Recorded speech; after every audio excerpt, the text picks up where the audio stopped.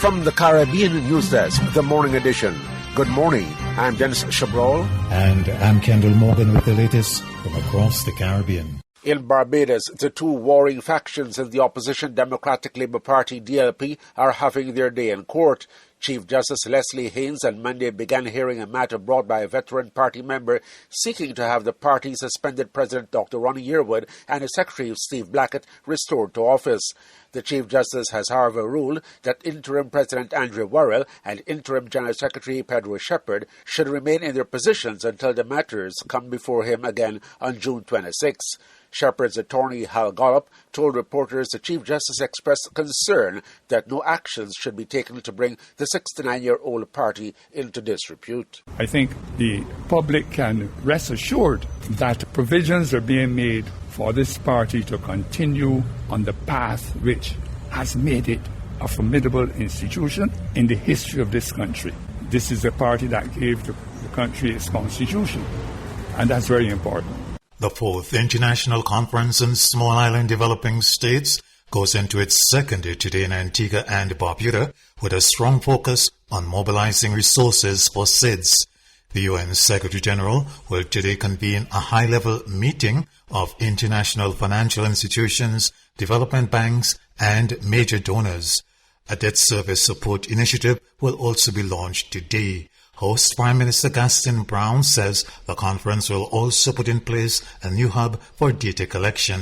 At this conference, the establishment of a center of excellence to serve as a global data hub for innovative technologies and investment for SIDS will be a pivotal outcome for the Antigua and Barbuda agenda for SIDS, the ABBAS 10-year framework.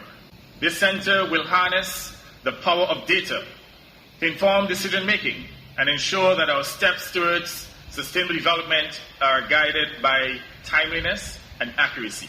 Meanwhile, President of the UN General Assembly, Trinidadian Denis Francis, has joined the financing debate, saying the resources are not just needed for climate change and disasters, but crucially for the resulting loss and damage to the economies of affected islands. It is inconceivable that from 1970 to 2020, SIDS lost US $153 billion due to weather, climate, and water-related hazards. Recognizing and compensating for losses is vital to maintaining development momentum in SIDS and ensuring their resilience to future disasters. And youth representative at the conference, Antigan Luther John, wants to see the voices of young people placed at the heart of the dialogue on sustainable development.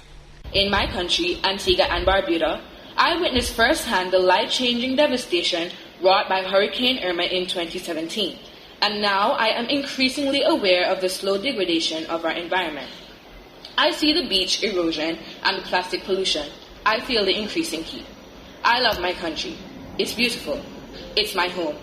But I fear for our future. St. Lucia is distancing itself from issues that led to a lawsuit filed against a number of individuals and entities in the Caribbean.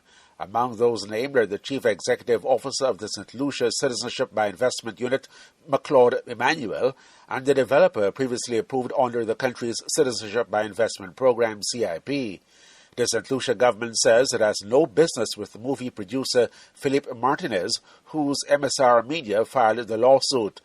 CMC says the St. Lucia government is stressing that its allegations relate to the CIP and neighbouring St. Kitts and Nevis, and that the St. Lucia government is not in a position to comment on another country's CIP.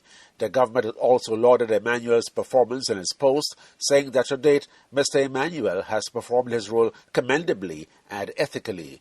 Martinez filed a lawsuit in Florida against several high-ranking officials in the Caribbean and private developers claiming they had colluded to defraud investors.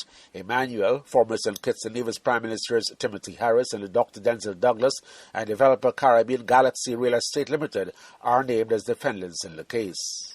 Elsewhere in the Caribbean, the U.S. Embassy to Barbados and the Eastern Caribbean has formed an aviation working group to engage the best of the U.S. aviation sector by convening experts and collaborating with local partners to find tangible ways to make it easier and hopefully more economical to travel by air in the region.